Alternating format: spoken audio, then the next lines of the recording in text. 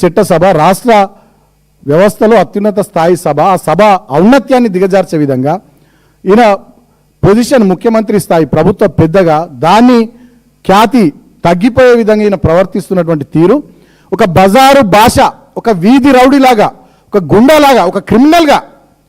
వాస్తవం ఇవన్నీ ఆయననే తప్పిపోయి ముఖ్యమంత్రి అయింది కాబట్టి అవన్నీ నిరూపించుకుంటున్నాడు, అసెంబ్లీ వేదికగా చూపెట్టుకుంటున్నాడు.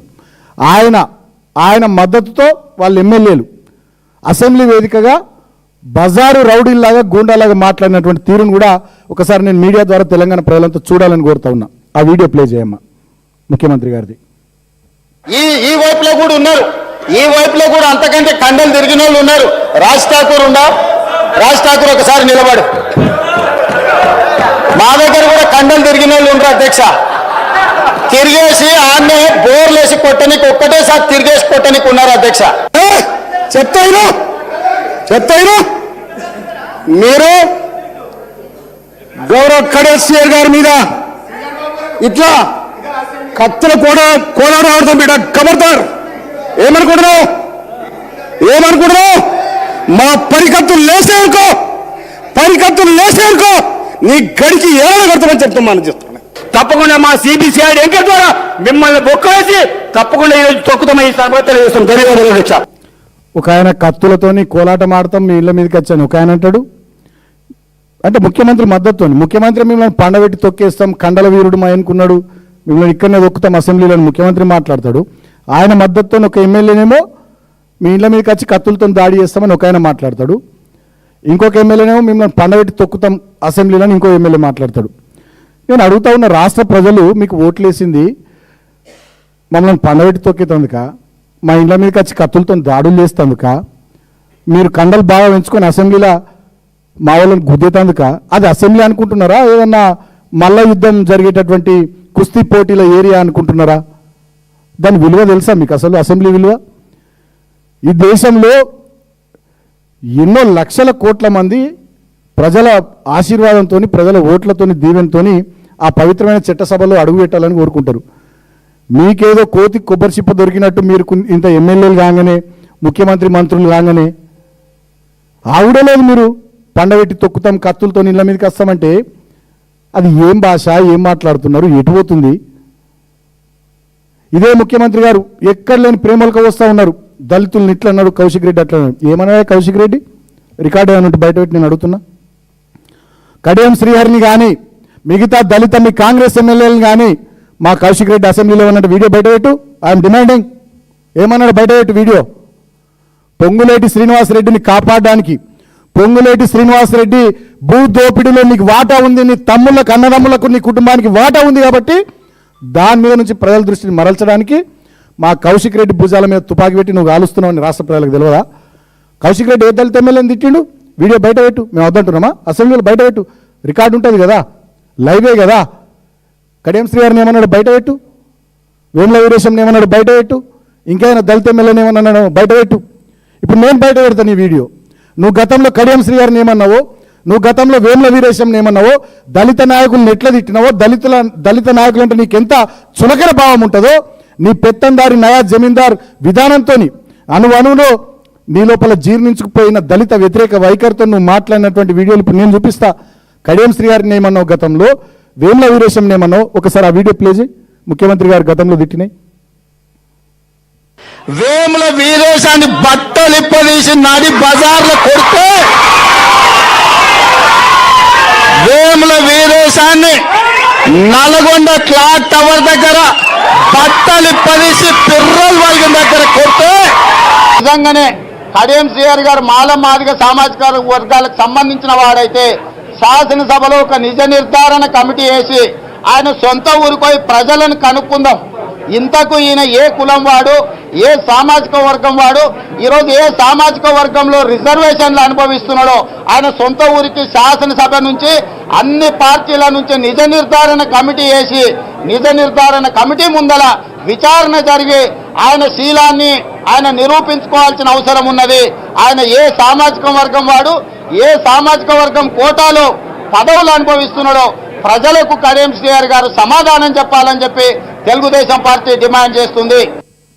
ఇది కడియం శ్రీహరి మీద వేముల వీరేశం వాళ్ళ మీద రేవంత్ రెడ్డి వాడిన భాష. ఇదే కడియం శ్రీహరి గారిని కేసీఆర్ గారు ఎంపీ చేసిండు, నాతో పాటు ఫస్ట్ టర్మ్ 2014 వారు ఎంపీ వరంగల్ నుంచి. తర్వాత ఇదే కడియం శ్రీహరి గారిని కేసీఆర్ గారు ఉప ముఖ్యమంత్రి చేసిరు. ఇదే కడియం శ్రీహరి గారిని తర్వాత ఎమ్మెల్సీ చేసిరు. ఇదే కడియం శ్రీహరి గారిని తర్వాత సిట్టింగ్ ఎమ్మెల్యే రాజయ్య గారు ఉండగా కూడా వారిని కాదని వీరికి స్టేషన్ కన్పూర్ నుంచి ఎమ్మెల్యే టికెట్ ఇప్పించి గెలిపించిండు. ఇదే కడియం శ్రీహరి గారి కూతురు కావ్యకు కూడా ఎంపీ టికెట్ ఇవ్వడానికి కేసీఆర్ గారు సిద్ధమైనారు. ఇది కడియం శ్రీహరిని మేము చూసుకున్న తీరు. ఇదే వేముల వీరేశం గారిని మొట్టమొదటిసారి చట్టసభకు పంపింది కేసీఆర్ గారు. ఇది కేసీఆర్ గారికి, ఈ పార్టీకి వాళ్ళ మీద ఉన్నటువంటి నిబద్ధత, ప్రేమ. నీకున్నదేంది? గిది నీ భూత పురాణం. ఆ నాయకుల పట్ల నీ చిత్తశుద్ధి, నీ వైఖరి. ఇవాళ నీ సీటు కాపాడుకోవడానికి దళితుల మీద, దళిత ఎమ్మెల్యేల మీద, దళిత మంత్రుల మీద వల్లమాలిన ప్రేమలుగా వస్తున్నావు, మాట్లాడుతూ అంటున్నావు. కేసీఆర్ ఏం చేసిండు దళితులకని? ఏం చేయలేడే కేసీఆర్? ఏం తక్కువ చేసిండు దళితులకు? నేను అడుగుతా ఉన్నా, నేను దళిత బిడ్డను కదా, మాకు తెలియదా? 125 అడుగుల బాబాసాహెబ్ అంబేద్కర్ విగ్రహం హైదరాబాద్ నడి బొడ్డున పెట్టిండు. ప్రపంచంలో ఎక్కడ లేదంత ఎత్తైన విగ్రహం. That is KCR. ప్రపంచంలో కాదు, అసలు ఎక్కడ కూడా లేనటువంటి పథకం. భారతదేశంలో స్వాతంత్రం వచ్చిన నాటి నుండి ఇవాల్టి వరకు, నెహ్రూ గారి నుంచి మొదలుకొని మోడీ గారి వరకు ఏ నాయకుడికి రాని ఆలోచన కేసీఆర్ గారు చేసి, దళితులు ఆర్థికంగా ఎదుగుతూనే, let us fight caste with capital అనేటటువంటి స్లోగన్తో దళితులు ఆర్థికంగా ఎదుగుతూనే వాళ్ళ సమస్యలు పరిష్కారం అవుతాయి. ఈ దేశంలో ఏ వర్గానికైనా కేవలం పేదరికం అనే ఒక సమస్య ఉంటుంది తప్ప, దళిత వర్గానికే ఇటు పేదరికం అటు అంటరానితనం అనే సామాజిక రుగ్మత, ఈ రెండు సమస్యలతో ఈ జాతి బాధపడుతుంది. కాబట్టి ఈ జాతి బాగుపడాలంటే let us fight caste with capital అనే ఆలోచనతో 10 లక్షల దళిత బంధు పథకం తీసుకొచ్చిండు. ఇదే హుజరాబాద్ కదా పైలట్ నియోజకవర్గంగా పెట్టి 40,000 కుటుంబాలకు దళిత బంధునిచ్చింది. ఆ మిగిలిపోయిన కుటుంబాలకు దళిత బంధుని ఇవ్వాలని కొట్లాడింది కదా మా కౌశిక్ రెడ్డి. కేవలం హుజరాబాదే కాదు, రాష్ట్రమంతా దళిత బంధు ఇవ్వాలని కొట్లాడింది కదా మా కౌశిక్ రెడ్డి. అసెంబ్లీలో కూడా మాట్లాడింది కదా. ఇవాళ అటువంటి వ్యక్తిని పట్టుకొని ఆయన భుజాల మీద తుపాకులు పెట్టి నువ్వు కాల్చాలని చూస్తున్నావు. ఏమన్నారు మీరు ఆనాడు? కేసీఆర్ దళితులకు 10 లక్షలు ఇస్తున్నారు, మేము 12 లక్షలు ఇస్తామన్నావు. ఏ కుటుంబానికి ఇచ్చినావో లిస్టు రిలీజ్ చేయి. కేసీఆర్ గారు ఆనాడు అంబేద్కర్ ఓవర్సీస్ స్కాలర్షిప్ కింద 20 లక్షలు ఇచ్చిండు విదేశాల్లో చదువుకునే బిడ్డలకు. 300 కోట్ల బకాయిలు ఉన్నాయి, పిల్లలు మొత్తుకుంటున్నారు, అవి రిలీజ్ చేయి. బ్యాక్లాగ్ పోస్టులు ఉన్న ఎస్సీ ఎస్టీలకు సంబంధించి ఫిలప్ చేస్తున్నావా? అవి ఫిల్ చేయి. దళిత వర్గాలకు ఇందిరమ్మ ఇండ్లు ఇస్తున్నావు, సొంతంగా ప్రభుత్వ భూములు ఇచ్చి ఇల్లు కట్టిస్తున్నావు. ఎక్కడిని కట్టించినావో శ్వేతపత్రం విడుదల చేయి, అసెంబ్లీ నడుస్తుంది కదా. ఎస్సీ ఎస్టీ డిక్లరేషన్లు ఎన్నో మాటలు చెప్పారు చేవెళ్లలో, మీరు చెప్తే నమ్మరని చెప్పి మల్లికార్జున ఖర్గే గారిని పట్టుకొచ్చి దళిత వర్గాలకు సంబంధించి చెప్పించారు. ఒక్కటని అమలు చేసినావా? దమ్ముంటే అవి అమలు చేయి. దళితుల మీద ప్రేమ ఉంటే.